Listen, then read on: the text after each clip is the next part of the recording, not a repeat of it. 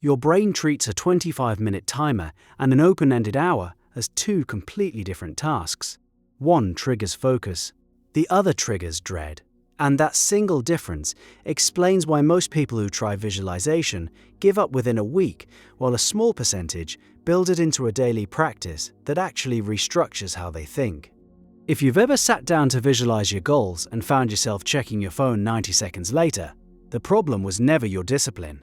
The problem was your container. Francesco Cirillo figured this out in the late 1980s, though he was solving a different puzzle. He was a university student in Rome, struggling to concentrate, and he grabbed a tomato-shaped kitchen timer off the counter, set it for 25 minutes, worked until it rang, took a short break. Repeated. That tomato timer became the Pomodoro technique, and it's been used by programmers, writers, and students for decades. The core mechanic is dead simple: work in focused sprints, rest in scheduled intervals. 25 minutes on, 5 minutes off. After 4 rounds, take a longer break. The reason it works has less to do with time management than with how your brain handles open loops. When you set a timer, you give your mind a finish line, and a mind with a finish line behaves very differently than a mind staring into an indefinite stretch of effort. Your attention sharpens. Distractions lose their pull. You stop negotiating with yourself about when to quit because the timer already answered that question. Now apply that same principle to visualization, and something shifts. Most visualization advice tells you to close your eyes and picture your ideal life for as long as you can. Maybe 10 minutes, maybe 30. The instructions are vague on purpose, and that vagueness is the first thing that kills the practice. You sit down, close your eyes, picture a beach house for 40 seconds, then your grocery list elbows its way in. You open your eyes feeling like you failed at daydreaming, which, if you think about it, is an impressively demoralizing experience. The Pomodoro structure removes that failure mode entirely. You set 25 minutes. You have a specific visualization target, and you work through it the same way a programmer works through a code block, with focus, structure, and a clear endpoint. The timer becomes a commitment device, a promise between you and your own attention span that says, "This is all I'm asking, 25 minutes, then you're free." But the structure matters less than what you do inside it. A single Pomodoro visualization session breaks down into phases, and each phase serves a different cognitive function. The first 5 minutes are settling time. Your mind is still buzzing from whatever you were doing before. Emails, conversations, the song stuck in your head. Those first few minutes, you're just breathing, grounding, letting the mental static fade. Trying to force a vivid visualization during this window is like trying to photograph a lake while you're still throwing rocks into it. Wait for the surface to go still. Minutes 5 through 15 are where the real work happens. This is your construction window. You're building the scene, the specific details of what you're visualizing, the sensory layers, the emotional texture, and specificity is everything here. The difference between "I see myself successful" and "I feel the weight of that leather portfolio in my left hand as I walk into the conference room on the 14th floor, and the morning light is hitting the table at an angle that makes the wood glow" is the difference between a screensaver and a memory. Your brain encodes detailed scenes the same way it encodes actual experiences. Researchers studying motor imagery have found that mentally rehearsing a physical action activates many of the same neural regions as performing it. The vividness of the rehearsal directly correlates with the strength of that activation, so during those middle 10 minutes, you're layering sight first because it's the easiest, then sound, then touch, then smell if you can get there. Each layer makes the scene stickier, harder for your wandering mind to dismiss as mere fantasy. The final 10 minutes shift from construction to inhabitation. You stop building the scene and start living in it. You feel the emotions of that version of yourself. The confidence, the calm, the specific posture you'd hold. This phase is where most people skip out, and it's the phase that matters most. Construction gives your brain the blueprint. Inhabitation gives it the emotional signature. And emotional signatures are what drive behavior change. Your decisions throughout the day start aligning with the feelings you rehearsed because your brain treats those feelings as evidence of who you already are. That's one Pomodoro. 25 minutes, then you take 5 minutes off. During the break, you do something physical. Stand up, stretch, walk to the window, pour water.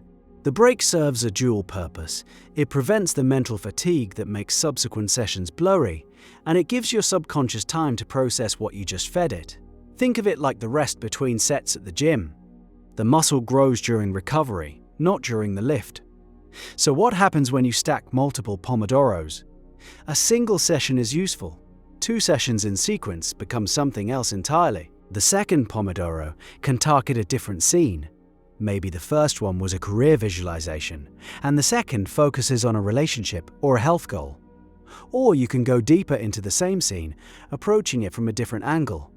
Maybe the first round was visual and sensory.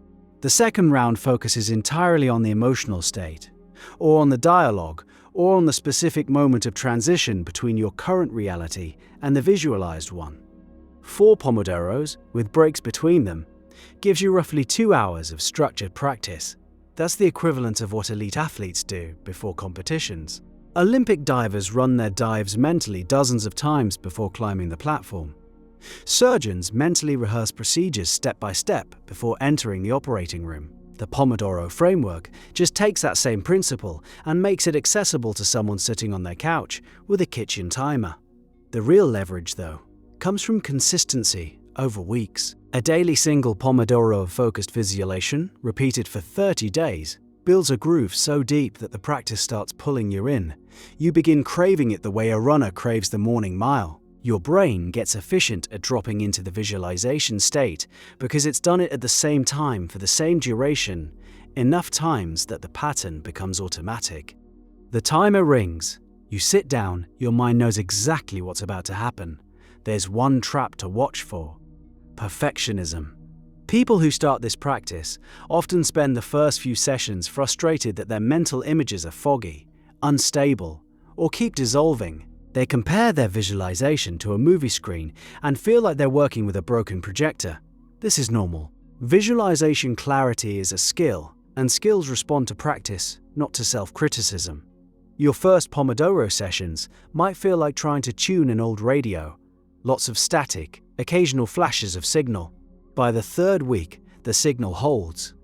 By the 6th week, you can summon a scene the way you summon a memory.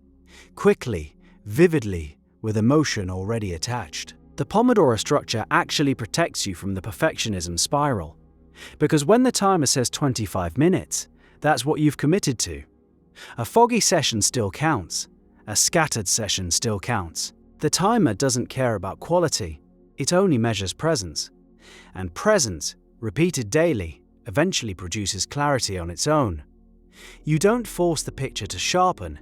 You show up enough times that it sharpens itself. One modification worth trying. Use the first 2 minutes of each Pomodoro to write down your visualization target in a single sentence. I am walking through the front door of my own studio, and I can hear my team working in the next room. Writing it down primes the brain with a starting image. It gives your mind a seed crystal, and the visualization grows around it during the remaining 23 minutes. Without that seed, many people spend the first half of their session deciding what to visualize, which is planning, not practicing. The kitchen timer matters more than it should. A phone timer works, but it also puts a notification machine within arm's reach. Cirillo used a physical timer for a reason. The act of winding it creates a ritual. The ticking creates ambient accountability. And when it rings, the sound is definitive. A clear boundary between focused time and free time. If you can find an actual kitchen timer, use it. The slight absurdity of it helps. A grown adult sitting in silence, eyes closed, while a plastic tomato ticks on the desk. There's something honestly funny about that image, and yet the people who look ridiculous doing the work are usually the ones who get the results. The comfortable people only talk about wanting. Your visualization practice will never compete with your schedule if it stays formless. An open-ended "I should visualize more" dissolves the same way every vague intention dissolves, into tomorrow, then next week, then the quiet guilt of another abandoned habit. 25 minutes with a ticking timer dissolves differently. It becomes a fact, a slot, something your day bends around instead of something your day absorbs. The tomato on your kitchen counter already knows the combination. You just have to wind it.